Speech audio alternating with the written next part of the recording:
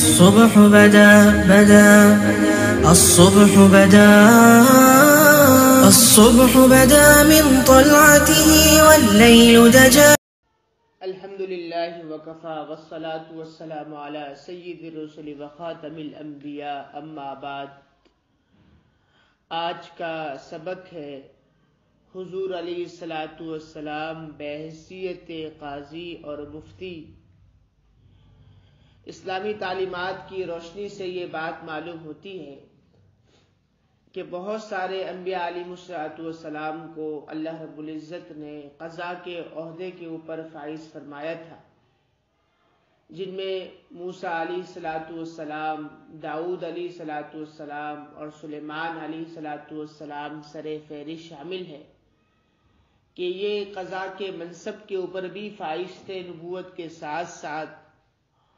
اور اللہ رب العزت نے قرآن مجید میں توحید اور رسالت کی دعوت کے ساتھ ساتھ شرک کے توڑ کے بھی ساتھ ساتھ سب سے زیادہ جس بات کے اوپر زور دیا ہے وہ انصاف کے قائم کرنے کے اوپر زور دیا ہے. انصاف کے قائم کرنے کے بغیر نظام مملکت صحیح طریقے سے چل نہیں سکتی، اور انصاف کے بغیر کسی بھی ملک کا نظام درست نہیں ہو سکتا، اور وہاں کے لوگ سکون کے ساتھ زندگی نہیں گزار سکتے. آپ صلی اللہ علیہ وسلم نے اپنی ذات سے جہاں بہت ساری چیزوں میں انقلاب پیدا فرمایا، وہی اللہ رب العزت کے نبی جناب محمد رسول اللہ صلی اللہ علیہ وسلم قضاء کے منصب کے اوپر بھی فائز تھے، اور مفتی بھی، سب سے بڑے مفتی بھی اللہ کے نبی صلی اللہ علیہ وسلم تھے. اور آپ علیہ الصلاۃ والسلام کے اندر اللہ رب العزت نے بعثت سے قبل ہی، نبوت عطا کرنے سے پہلے ہی اللہ نے آپ کے اندر قضاء کی صفت کو رکھا تھا. چنانچہ وہ مشہور واقعہ ہے کہ آپ نے اپنے حکیمانہ فیصلے کے ذریعے سے حجر اسود کے رکھنے کا جو معاملہ تھا، آپ نے اپنے فیصلے کے ذریعے سے وہ جو سارا جھگڑا پیدا ہونے والا تھا قریش کے درمیان، اللہ نے آپ ہی کی برکت سے اس کو ختم فرما دیا. اور آپ علیہ الصلاۃ والسلام نے مدینے کی 10 سالہ حکومت میں ہر قسم کے مسائل کا تسلی بخش حل پیش فرمایا، اور قضاء کے بہترین اصول وضع فرمائے. اور جن اصول میں سے قضاء کے جو اصول بیان فرمائے، ان میں سب سے پہلا جو اصول ہے کہ قاضی کے لیے ضروری ہے کہ وہ غصے کی حالت میں فیصلہ نہ کرے، اس لیے کہ غصے کے وقت آدمی کی عقل ٹھکانے کے اوپر نہیں رہتی ہے، اور وہ فیصلہ کچھ کرنے کے بجائے کچھ اور کر لیتا ہے. اور اسی طریقے سے یہ بھی ایک اصول ہے کہ شدید بھوک کی حالت میں قاضی فیصلہ نہ کرے، اس لیے کہ یہ شدید قسم کی بھوک آدمی کی سوچ کے اوپر نظر انداز ہو جاتی ہے، تو قاضی پھر صحیح طریقے سے فیصلہ نہیں کر سکتا. اور تیسرا اصول یہ بیان فرمایا کہ فریقین کی بات سنے بغیر فیصلہ نہ کیا جائے، دونوں طرف کی باتوں کو صحیح طریقے سے سن کر اس کے بعد فیصلہ کیا جائے. کہیں ایسا نہ ہو کہ بغیر سنے فیصلہ کرنے سے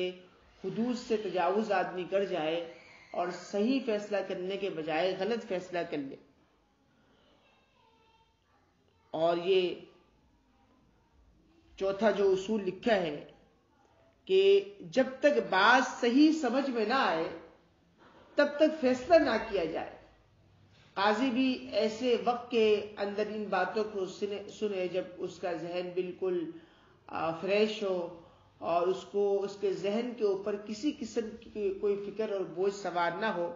تاکہ ان باتوں کو سن کر وہ صحیح طریقے سے فیصلہ کر سکے. اسی طریقے سے برابری کرے، نشست اور برخاست میں بھی مدعی اور مدعا علیہ سے برابری کا تعلق رکھے. اور آپ صلی اللہ علیہ وسلم جہاں قاضی تھے وہاں اسی کے ساتھ ساتھ آپ مفتی بھی تھے.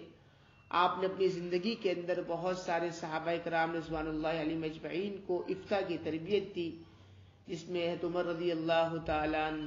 حضرت علی، حضرت معاذ، علا بن خزرمی، عمر بن عاص، ابو موسیٰ اشعری، زید بن ثابت، یہ حضرات سر فہرست شامل ہے۔ اور آپ نے افتاء کے بھی اصول مرتب فرمائے، جس میں کچھ اصول آپ حضرات کے سامنے بیان کیے جاتے ہیں۔ پہلا اصول یہ ہے کہ جو مسئلہ قرآن حدیث کے اندر نہ ہو، وہ اہل افتاء کے اجتہاد کے ذریعے سے وہ مسئلہ حل کیا جائے۔ اور ہر کوئی مفتی کا اہل نہیں ہو سکتا، بلکہ جس کے اندر اللہ نے صلاحیت رکھی ہو اور وہی مشقوں کے ساتھ، محنت کے ساتھ، بڑے معناس مفتی کی سرپرستی کے اندر رہ کر اس نے افتاء کو سیکھا ہو، وہی شخص مفتی کا اہل ہو سکتا ہے۔ اور مفتی کے لیے ضروری ہے کہ بغیر تحقیق کے وہ فتویٰ نہ دے۔ اور اس کے ساتھ ساتھ اور بھی کچھ آداب لکھے ہیں، جس میں یہ ہے کہ فتویٰ کے اندر اگر اہل علماء کا اختلاف ہو جائے تو یہ اختلاف کا ہونا برا نہیں ہے، بلکہ باعث رحمت ہے۔ اور اگر کسی مفتی کی تحقیق اگر غلط ہو جائے تو اس کو اپنی تحقیق سے رجوع کرنے میں عار محسوس نہیں کرنی چاہیے، اور مفتی کو اس بات کا خیال رکھنا چاہیے کہ وہ عوام کو تنگی سے بچائے، اور اسلام اور کفر کے معاملے میں ظاہر کو دیکھنا چاہیے، اس لیے کہ باطن کا جو حال ہے اللہ جانتا ہے، ظاہر کے مطابق فیصلہ کیا جائے۔ اور جو مسائل پیش نہ آئے ہو تو اس کا جواب مفتی نہ دے، اور لایعنی سوالات کا جوابات بھی مفتی کو نہیں دینا چاہیے۔ تو یہ کچھ مفتی کے کچھ شرائط تھی اور کچھ ان کے لیے اصول تھے۔ اگر ان اصول اور ان افتاء کے مطابق، ان قضاء اور افتاء کے مطابق اگر آج بھی فیصلے کیے جائیں تو اللہ تعالیٰ وہی برکتیں اور وہی حالات جو آپ صلی اللہ علیہ وسلم کے زمانے میں تھے، وہی حالات اللہ دوبارہ بھی لوٹا سکتے ہیں۔ اللہ تبارک و تعالیٰ میں ان تمام باتوں پر عمل کرنے کی توفیق